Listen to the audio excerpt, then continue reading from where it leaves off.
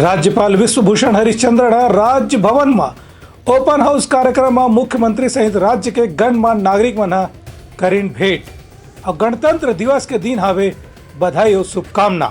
गणतंत्र दिवस के मौका में काली राजभवन में संझा बेरा में विशेष कार्यक्रम के आयोजन करेगी। ये मौका में मुख्यमंत्री विष्णुदेव साय, राज्य सरकार के मंत्री बृजमोहन अग्रवाल, प्रदेश के मुख्य सचिव अमिताभ जैन, पुलिस महानिदेशक अशोक जुनेजा समेत अलग अलग विभाग के वरिष्ठ अधिकारी मन राज्यपाल से मुलाकात करके उन्हें गणतंत्र दिवस के शुभकामना बधाई दी। संगे संग अलग अलग सामाजिक और सांस्कृतिक संगठन के पदाधिकारी मन घलो राज्यपाल और प्रथम महिला से मुलाकात करके गणतंत्र दिवस के शुभकामना बधाई दी।